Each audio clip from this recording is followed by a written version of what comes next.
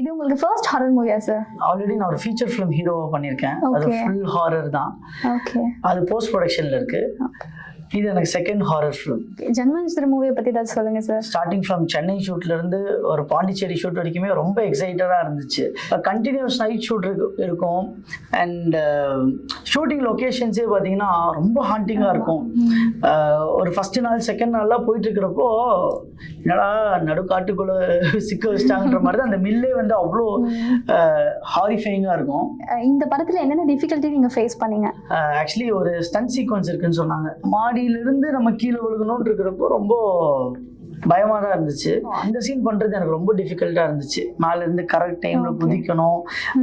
கீழே பெட் எல்லாம் சேஃப்டியோட தான் பண்ணியிருந்தாங்க. பட் நம்ம ஃபர்ஸ்ட் டைம் பண்றதுனால நமக்கு ஒரு ஜர்க் இருக்கும்ல. ஸோ அது ரொம்ப எக்ஸைட்டிங்கா இருந்துச்சு. ஃபர்ஸ்ட் டே நீங்க தியேட்டர்ல போய் விசிட் பண்ணீங்க, ஆடியன்ஸ் கூட உட்காந்து பாத்தீங்க. ஸோ ஆடியன்ஸோட ரியாக்ஷன் எப்படி இருந்துச்சு? டெஸ்ட் எழுத மாதிரி தானே, நான் நல்லா பண்ணியிருந்தாலும் நம்ம அந்த ரிசல்ட்டுக்காக வெயிட் பண்ற மாதிரி தான் இருந்துச்சு. எங்களுக்கு என்ன ரொம்ப சந்தோஷம்னா எல்லாருமே அது நல்லா அக்செப்ட் பண்ணிட்டாங்க. ஸோ ஆடியன்ஸ் எல்லாம் எங்கெங்க சிரிக்கணுமோ அங்கெல்லாம் சிரிச்சாங்க.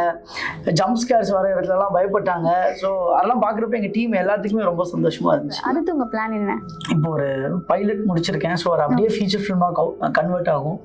ஸோ அதுவும் லீடாக பண்ண போகிறேன். Okay sir. இன்னும் 2-3 ப்ராஜெக்ட்ஸ் பேசிட்டு இருக்கேன். ஸோ எது கரெக்டாக வருதோ அப்படி பண்ணணும்.